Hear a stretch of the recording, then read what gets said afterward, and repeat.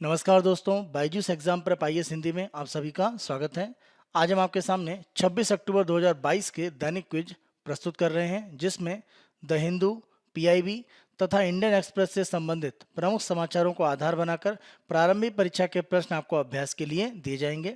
इसी के साथ साथ विगत वर्षों में यूपीएससी के द्वारा प्रारंभिक परीक्षा में पूछे गए प्रश्न आपको अभ्यास के लिए दिए जाएंगे और अंत में आज के एक महत्वपूर्ण तथ्य की हम चर्चा करेंगे। आज के दैनिक क्विज को प्रारंभ करने से पहले आप सभी अभ्यर्थियों के लिए एक महत्वपूर्ण सूचना है। Byju's exam prep IAS Hindi के द्वारा प्रत्येक बुधवार को रात्रि 8 से 9 के बीच में लाइव साप्ताहिक अंतर्राष्ट्रीय संबंध का सत्र संचालित किया जाता है। आप सभी अभ्यर्थी इस सत्र में लाइव रूप में भाग लें और बीते सप्ताह में अंतर्राष्ट्रीय संबंध की जो प्रमुख घटनाएं हैं उनके संबंध में विस्तृत रूप में जानकारी प्राप्त करें। आज के दैनिक क्विज को हम प्रारंभ करते हैं और आज के पहले प्रश्न को देखते हैं। भारतीय प्रतिस्पर्धा आयोग के संबंध में निम्नलिखित कथनों पर विचार कीजिए। पहला, यह एक एकाधिकार और प्रतिबंधात्मक व्यापार व्यवहार अधिनियम 1969 के आधार पर गठित एक वैधानिक निकाय है। प्रमुख रूप से ध्यान रखें, यह वैधानिक निकाय जरूर है, लेकिन अगर हम भारतीय प्रतिस्पर्धा आयोग की बात करते हैं तो इसका जो गठन है वो सीसीआई यानी competition commission of India act 2002 के द्वारा किया गया था, न कि 1969 का अगर हम बात करते हैं एमआरटीपी एक्ट। तो आप ध्यान रखें, भारत में एकाधिकार की स्थितियों को रोकने के लिए एमआरटीपी जो कानून 1969 था उसकी जगह पर आप देखें तो भारतीय प्रतिस्पर्धा आयोग का कानून 2002 का, उसके आधार पर भारत में भारतीय प्रतिस्पर्धा आयोग का गठन किया गया। इस आधार पर पहला कथन असत्य है। दूसरा, आयोग में एक अध्यक्ष तथा अधिकतम 6 सदस्यों की नियुक्ति केंद्र सरकार द्वारा की जाती है। दूसरा कथन सत्य है। जब हम भारतीय प्रतिस्पर्धा आयोग की बात करते हैं तो इसमें एक अध्यक्ष तथा अधिकतम 6 सदस्यों की नियुक्ति हो सकती है। तीसरा, सीसीआई द्वारा पारित आदेश अंतिम और बाध्यकारी है और इन्हें चुनौती नहीं दी जा सकती है। ध्यान रखें, भारतीय प्रतिस्पर्धा आयोग के जो निर्णय होते हैं उनको चुनौती दी जा सकती है। जैसे अगर हम national company law tribunal NCLT की बात करें, या अंतिम रूप में आप देखें सुप्रीम कोर्ट में भी इस तरह के मामले जा सकते हैं। तो यह कहना कि बाध्यकारी होता है और अंतिम रूप में निर्णय होता है, कोई चुनौती नहीं दी जा सकती है, ये गलत है। तो यहाँ पर केवल दूसरा कथन सत्य है। आपसे पूछा गया है कौन सा कथन यहाँ पर सत्य है। इस रूप में अगर हम देखें तो हमारा उत्तर हो जाता है बी, केवल 2 सत्य है। यहाँ पर यह प्रश्न हमने आपसे इसलिए पूछा है क्योंकि भारतीय प्रतिस्पर्धा आयोग के द्वारा गूगल के ऊपर 936.44 करोड़ रुपए की एक पेनल्टी लगाई गई है। भारतीय प्रतिस्पर्धा आयोग का प्रमुख रूप से आरोप यह है और यह जांच में सिद्ध भी हुआ है कि प्ले स्टोर की अगर हम नीतियों की बात करें जिसे गूगल के द्वारा संचालित किया जाता है, तो नीति यह कहती है कि अगर किसी भी तरह का ऐप डेवलपर है और वह प्ले स्टोर का उपयोग करना चाहता है, तो किसी भी तरह का उसको पेमेंट प्राप्त करना है या कोई पेमेंट करना है, तो उसे गूगल का जो एक भुगतान का तंत्र है जिसको गूगल पे बिलिंग सिस्टम कहा जाता है यानी जीपीबीएस, इसका प्रमुख रूप से उपयोग करना पड़ेगा। और किसी भी तरह से अगर हम थर्ड पार्टी से कोई भुगतान करना चाहते हैं तो वो स्थितियां यहाँ पर आसानी से नहीं है। तो यहाँ पर भारतीय प्रतिस्पर्धा आयोग का यह मानना है कि इस तरह की शर्त को लगाकर प्ले स्टोर में एक एकाधिकार या जो मोनोपोली है उसको स्थापित करने का गूगल प्रयास कर रहा है। आज के दूसरे प्रश्न को हम देखते हैं। इसरो के प्रक्षेपण यान मार्क 3 यानी लॉन्च व्हीकल मार्क 3 के बारे में निम्नलिखित कथनों पर विचार कीजिए। पहला कथन देखते हैं, हाल ही में इसके द्वारा किसी भारतीय प्रक्षेपण यान द्वारा अंतरिक्ष में अब तक के सबसे भारी पेलोड को वहन किया गया है। LMV-3 के माध्यम से प्रमुख रूप से आप देखें इसरो के द्वारा वन वेब संस्था के द्वारा प्रमुख रूप से जो एक तरह से उपग्रह स्थापित करके इंटरनेट की सुविधाएं देने का प्रयास किया जा रहा है, उस कड़ी में आप देखें LMV-3 के माध्यम से 36 इस तरह के जो उपग्रह हैं उनको पृथ्वी की निम्न कक्षा में स्थापित किया गया है। आप ध्यान रखें, वन वेब की अगर हम बात करें तो भारत में एक जो आपका प्रमुख औद्योगिक समूह है भारतीय एंटरप्राइज, और अगर हम यूके सरकार की बात करें उनकी संयुक्त रूप से पहल है वन वेब। इसमें प्रमुख रूप से आप देखें कुल मिलाकर 648 उपग्रह प्रक्षेपित किए जाएंगे, जिसमें से 462 अभी स्थापित किए जा चुके हैं।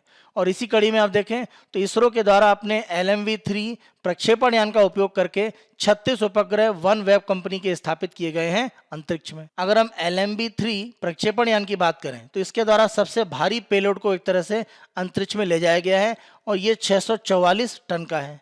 और इसी के साथ साथ देखें कुल मिलाकर जो 36 उपग्रह हैं उनसे लगभग 5,796 किलो यानी आप कह सकते हैं कि लगभग 5.7 टन का जो उपग्रह हैं वो स्थापित किए गए हैं।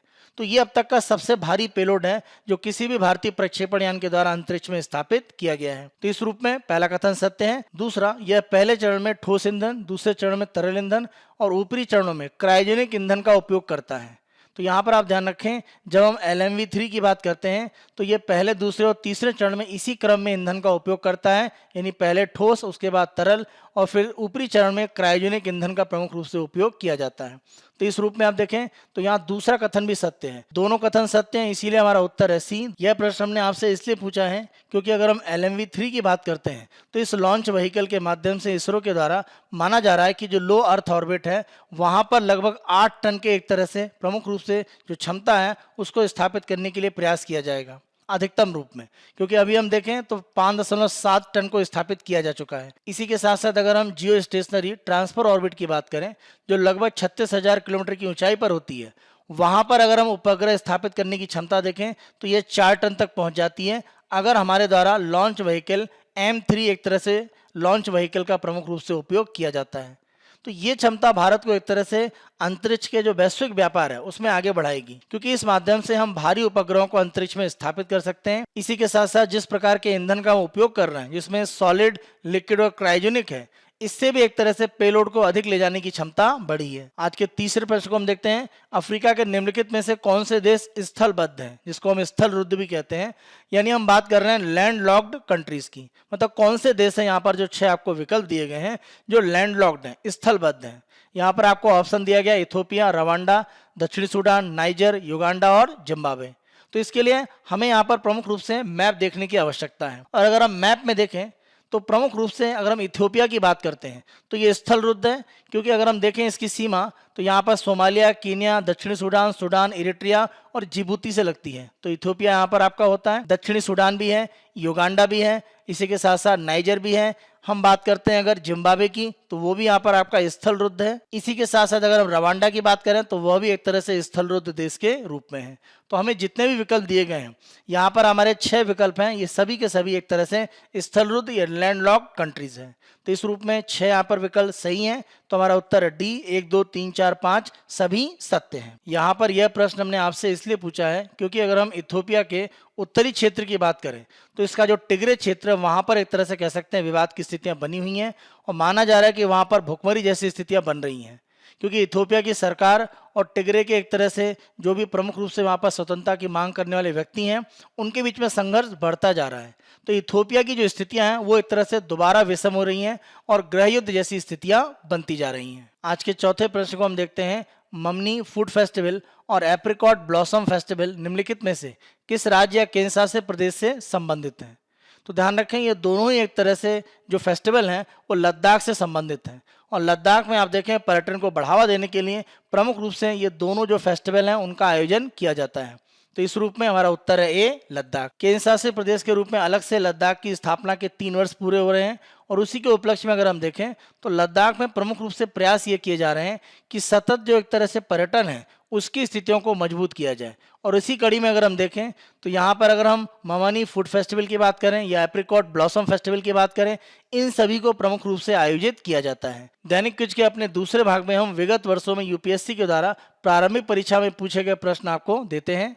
आज हम 2019 में यूपीएससी के द्वारा प्रारंभिक परीक्षा में पूछा गया प्रश्न आपको अभ्यास के लिए देंगे। प्रश्न को देखते हैं, निम्नलिखित कथनों पर विचार कीजिए। संत निम्बार्क अकबर के समकालीन थे। संत निम्बार्क के अगर हम प्रमुख रूप से जीवन काल की बात करें तो 11वीं शताब्दी में प्रमुख रूप से उनके द्वारा कार्य किए गए। इसकी तुलना में अगर हम अकबर की बात करते हैं तो जो अकबर की एक तरह से समय काल की बात करेंगे तो यह समय काल 1542 से लेकर 1605 के बीच में है। तो इस रूप में आप देखें संत निम्बार्क और अकबर समकालीन नहीं थे, पहला कथन गलत है। दूसरा, संत कबीर शेख अहमद सरहिंदी से बहुत प्रभावित थे। शेख अहमद सरहिंदी की अगर हम बात करें तो नक्शबंदी सूफी संतों की जो परंपरा है उसके प्रमुख रूप से सूफी संत थे, और उनके कार्य करने का समय अगर हम देखें तो 1564 से 1624 है। और इसके विपरीत अगर हम संत कबीर की बात करें तो उनका जो जन्म है वो 1398 में एक तरह से माना जाता है। तो इस रूप में अगर आप देखें तो कहीं ना कहीं दोनों के समकालीन होने की जो संभावना है वो बहुत अधिक नहीं है। तो इस रूप में कहीं ना कहीं दोनों एक दूसरे के साथ में समकालीन नहीं थे। तो संत कबीर पर शेख अहमद सरहिंदी का प्रभाव होगा, इस तरह की संभावनाएं नहीं है।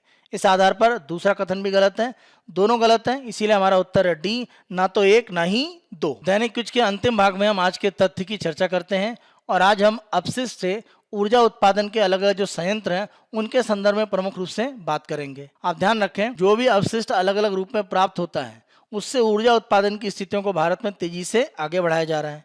इस तरह के भारत में आप देखें 249 अलग अलग संयंत्र हैं। साथ साथ अगर हम देखें तो 819 बायोमास पावर प्लांट हैं और 50.8 लाख अगर हम देखें तो स्मॉल बायोगैस प्लांट हैं। तो इस रूप में आप देखें प्रमुख रूप से जो भी एक तरह से वेस्ट है, जो भी अपशिष्ट है, उससे ऊर्जा उत्पादन की स्थितियां भारत में तेजी से बढ़ रही हैं।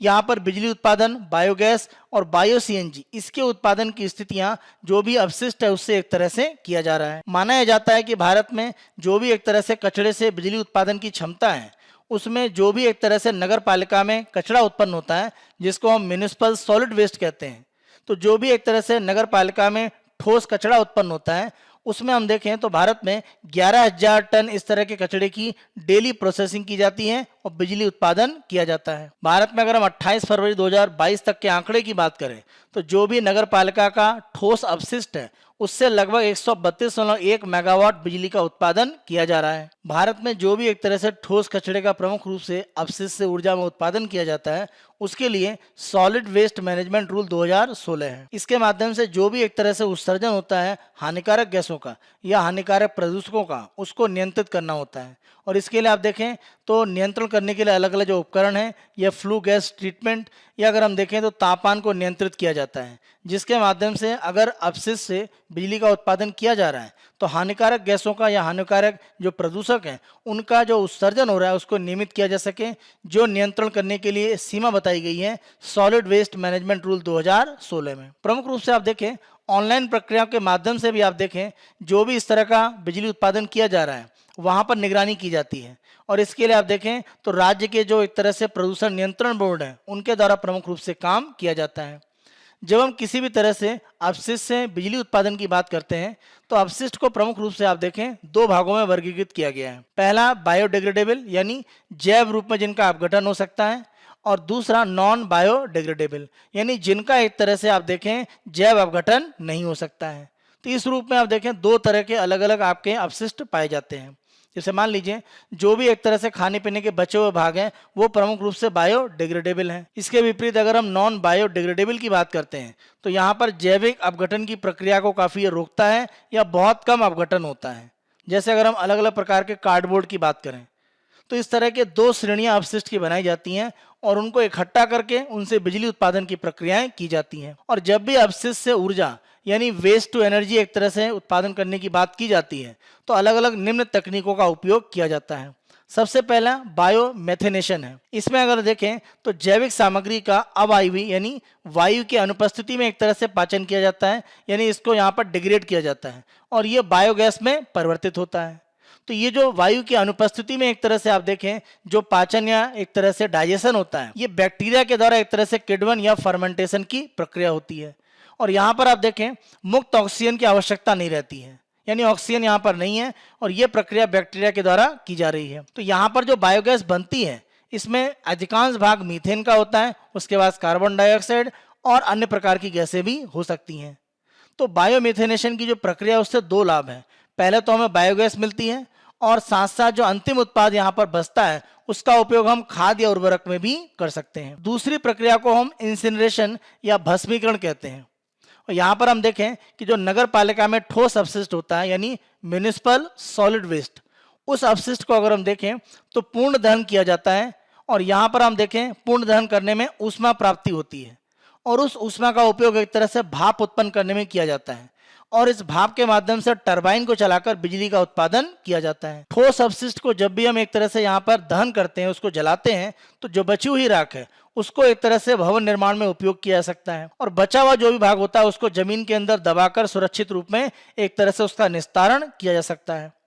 इस तकनीक को अगर देखें तो भारत में बहुत सफलतापूर्वक व्यावसायिक रूप में आगे बढ़ाया जा रहा है और नगर पालिका का जो भी ठोस अपशिष्ट होता है उसके प्रबंधन में इस तकनीक का बड़े पैमाने पर उपयोग किया जा रहा है। साथ साथ औद्योगिक जो ठोस अपशिष्ट है उसके प्रबंधन में भी और बिजली उत्पादन करने के लिए भस्मीकरण या इंसिनरेशन की प्रक्रिया का प्रमुख रूप से उपयोग किया जाता है। इसी के साथ साथ गैसीकरण की प्रक्रिया है। यहाँ पर आप देखें तो उच्च तापमान यानी 500 से लेकर 1800 डिग्री सेंटीग्रेड पर सीमित मात्रा में ऑक्सीजन की उपस्थिति में अलग अलग जो भी कह सकते हैं आपके अपशिष्ट होते हैं उनका अपघटन किया जाता है, यानी उनको छोटे भागों में तोड़ा जाता है। और इस प्रक्रिया में आप देखें कार्बन मोनोऑक्साइड और हाइड्रोजन का एक तरह से प्रमुख रूप से उत्पादन किया जाता है। और इस गैस को अगर हम देखें तो तापीय या बिजली उत्पादन के उद्देश्य से उपयोग किया जाता है। तो गैसीकरण की प्रक्रिया भी बिजली उत्पादन में उपयोग की जा सकती है। अंतिम रूप में अगर हम देखें तो ताप अपघटन या पायरोलिसिस की जो प्रक्रिया है उसका प्रमुख रूप से उपयोग किया जाता है। प्रमुख रूप से आप देखें ऑक्सीजन की अनुपस्थिति में ये जो एक तरह से अपघटन की प्रक्रिया उच्च तापमान पर की जाती है ऊष्मा का उपयोग करके, इसमें आप देखें दहनशील गैसों का मिश्रण प्राप्त होता है, यानी ये गैसें एक तरह से जलने की स्थिति में रहती हैं, उनका मिश्रण प्राप्त होता है जिसमें मीथेन, जटिल हाइड्रोकार्बन, हाइड्रोजन और कार्बन मोनोऑक्साइड होते हैं। साथ साथ कुछ तरल पदार्थ और ठोस अपशिष्ट भी प्राप्त होता है। तो यहाँ पर आप देखें जो भी गैस उत्पन्न होती है उसका उपयोग बॉयलर में गर्मी प्रदान करने के लिए किया जाता है और इसको साफ करके आप देखें टरबाइन में एक तरह से उपयोग करके बिजली उत्पादन में किया जाता है। जैसा हमने एक तरह से बात करी थी, प्रमुख रूप से जब प्रक्रियाओं की हम बात करते हैं कहाँ पर, जब हम बात करते हैं भस्मीकरण में, जहां पर भाप के माध्यम से टरबाइन को चलाकर बिजली का उत्पादन किया जाता है। उसी तरह की प्रक्रिया में आप देखें जो गैस उत्पन्न होती है उसके माध्यम से टरबाइन को संचालित करके प्रमुख रूप से बिजली का उत्पादन किया जाता है। जब हम ताप अपघटन की प्रक्रिया या पायरोलिसिस की बात करते हैं तो यहाँ पर जो हानिकारक गैसों का उत्सर्जन होता है वो कम होता है और बिजली उत्पादन की स्थिति अधिकतम होती है। तो जितनी भी हमने प्रक्रियाओं की बात करी अपशिष्ट से बिजली उत्पादन में, उसमें ताप अपघटन या पायरोलिसिस की जो प्रक्रिया है वो ज्यादा एक तरह से महत्वपूर्ण मानी जाती है। यह हमारा 26 अक्टूबर 2022 का दैनिक क्विज है। आने वाले दिनों में अन्य दिनों के दैनिक क्विज हम आपको इसी तरह से उपलब्ध कराते रहेंगे। Byju's exam prep IAS Hindi को आप बहुत अधिक पसंद कर रहे हैं, अधिक से अधिक संख्या में लाइक करें, शेयर करें और अभी तक अगर आपने हमारे चैनल को सब्सक्राइब नहीं करा है तो आज ही हमारे Byju's exam prep IAS Hindi YouTube channel को सब्सक्राइब करें। धन्यवाद।